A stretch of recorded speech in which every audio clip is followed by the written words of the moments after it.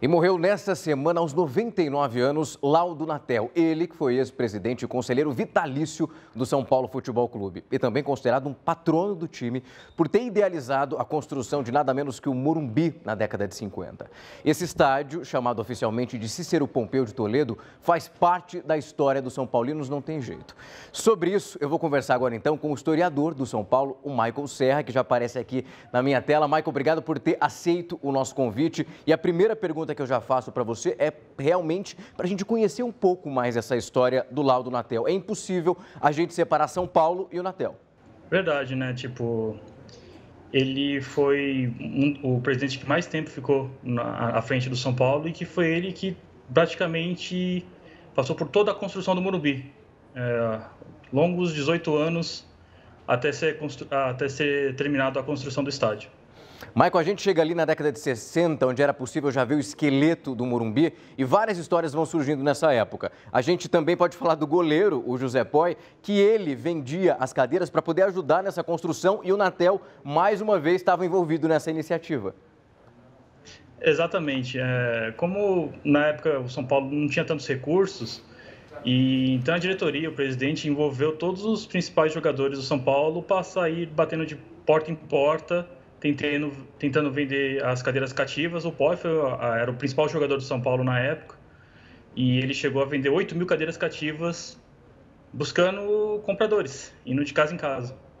E a gente tem o Natel aí nessa outra ponta. Ele trabalhou como uma espécie de garoto propaganda para auxiliar nesse processo todo. Isso. Ele mesmo dizia várias vezes que ele trabalhava com venda de ideias. Então, se alguém aparecesse com uma ideia para ele, ele topava. Ele precisava arranjar 400 mil pregos para a construção e a empresa falou, olha, se você fazer propaganda para a gente dá de graça. E ele topou, ele virou garoto propaganda anunciando pregos. E, enfim, isso e outras ações, campanhas de doação de cimento, enfim, ele era realmente um empreendedor. Lá na década de 60, a gente tem o São Paulo, um time bem diferente do São Paulo que a gente vê a partir dos anos 2000. Em relação ao futebol apresentado, envolvendo os títulos, o time ficou praticamente 12 anos ali durante a presidência do Natel sem ganhar nada. Tempo de amargura ali.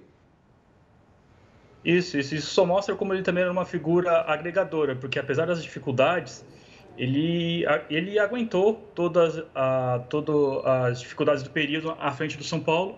E todo o dinheiro que o São Paulo conseguia, ele destinava ao estádio. Mas aí, ao final da construção, em 1970, quando ele viu que realmente as coisas estavam melhorando, aí ele começou a trazer os craques. Trouxe Pedro Rocha, trouxe o Gerson. E aí, em 1970 mesmo, o São Paulo acabou com a seca, foi campeão paulista, inaugurando a nova casa já totalmente completa.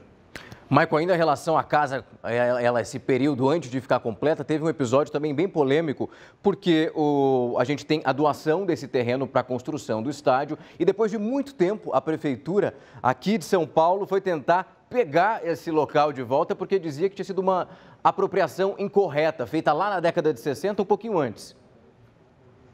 Em 1952, na verdade. E, na verdade, o terreno nunca foi municipal, porque pela legislação da época, o terreno foi um loteamento aprovado pela prefeitura, mas o terreno era da imobiliária Aricanduva.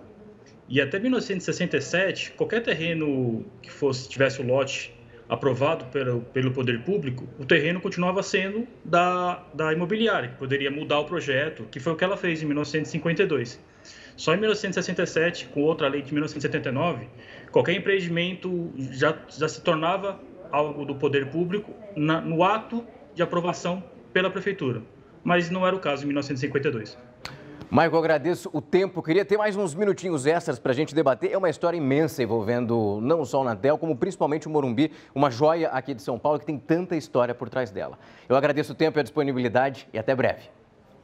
E você pode acessar esse conteúdo e muitos outros lá na nossa plataforma do YouTube. Tem aquele sininho que você ativa e a cada postagem você vai ser notificado. E claro, você sempre leva a informação para onde você estiver com esses vídeos exclusivos na nossa plataforma.